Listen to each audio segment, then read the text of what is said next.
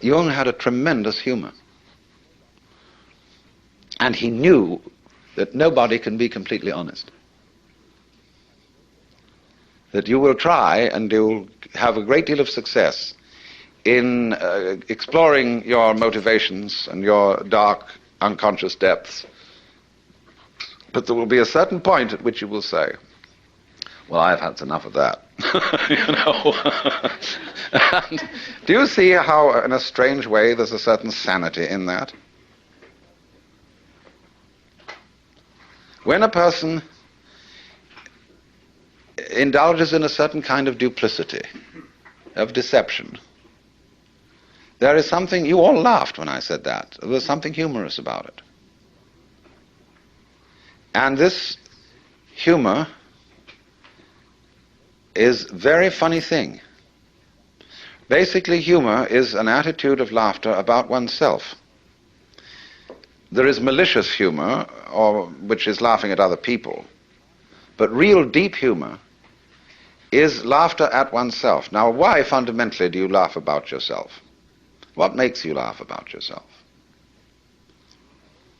Isn't it because you know that there is a big difference between what goes on the outside and what goes on the inside? That if I hint, you see, that your inside is the opposite of your outside, it makes people laugh. If I don't do it unkindly. If I get up in the attitude of a preacher and say, you're a bunch of miserable sinners and you ought to be different, nobody laughs. But if I say, well, after all, boys will be boys and girls will be girls, and we all know, then people laugh. Now, you see, what's happening when we do that? Now, I passed you around a lot of embroidery to look at before we started. And I'm perfectly sure that you got the point, that there's a big difference between the front and the back. In some forms of embroidery, the back is very different from the front because people take shortcuts. In the front, everything is orderly, and it is supposed to be kind of messy on the back side. See, which side will you wear? You've got to be sure you get the front in the front, have the back in the back. The back has all the little tricks in it, all the shortcuts, all the lowdown that people don't acknowledge, see? And it's exactly the same with the way we live. You know, like sweeping the dust under the carpet in a hurry just before the guests come. I mean, we do ever so many things like that. And if you don't do it, if you don't think you do it, and you think, well, really, my embroidery is the same on both sides, see? Well, you're deceiving yourself. Because what you're doing is you're taking the shortcuts in another dimension, which you're keeping out of consciousness. Everybody takes the shortcuts. Everybody plays tricks. Everybody has in himself an element of duplicity, of deception. Because you see, from this point of view that I'm discussing, where the web is the trap, to be is to deceive.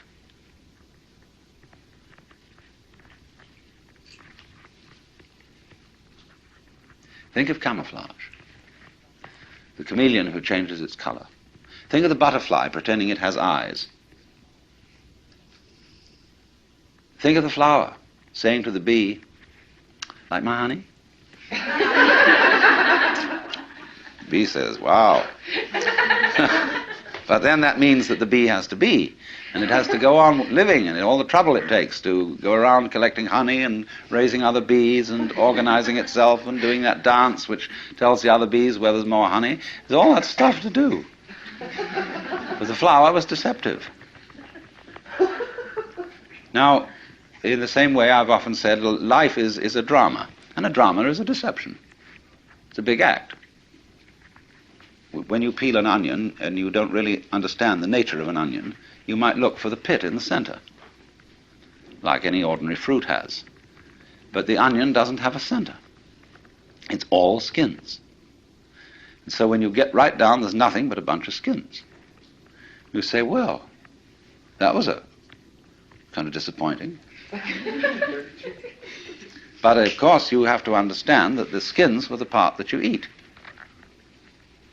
Well, in rather the same way, you see, you find when you explore yourself and your motivations, and you go through and you try to find out that thing which is really genuine. That's why in Zen discipline, they give you koans which require a perfectly genuine act, an act of total and absolute sincerity.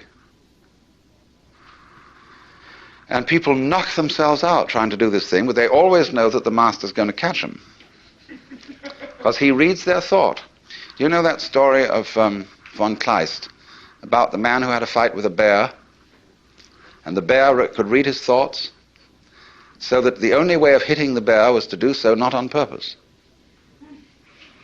because the bear would know in advance. So it's the same in working with a Zen master. You have to do the genuine act, not on purpose. But since you are put in a situation where it's rather formal, and you're supposed to do it on purpose, you're stuck, you see. So you explore the onion, and you go in and in and in, and then you find, well, it's all a deception. Now then the question arises, who's deceiving who? Who's fooling who? I'm fooling me? What is fooling? Fooling is playing like you're there when you're not. You know, getting somebody else to answer your name in the roll call. So, we're all, you see, this is the metaphysical basis of it. This is what the Hindus mean by Maya, the world illusion. The world is playing it's there when it isn't. And it's a trap. And it sucks you in. And you can't get out of it. And it's a thorough big trap, too. But always, when you get an idea like this, or a feeling like this, follow it to its extreme. Don't back out from it. If you find you're selfish, go to the extreme of what selfishness means.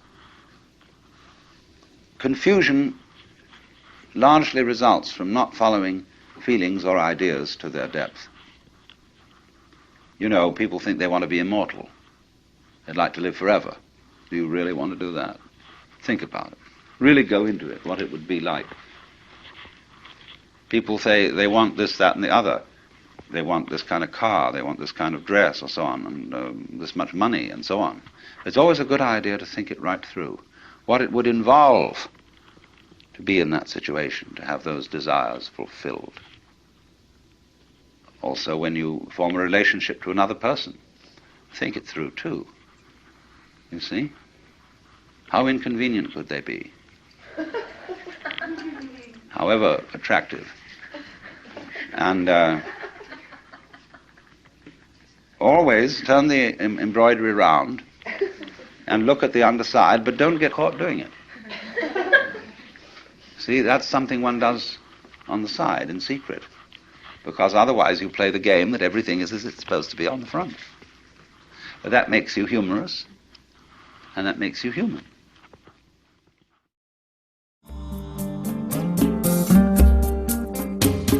Out of Your Mind now continues with the next lecture from the Web of Life lecture series.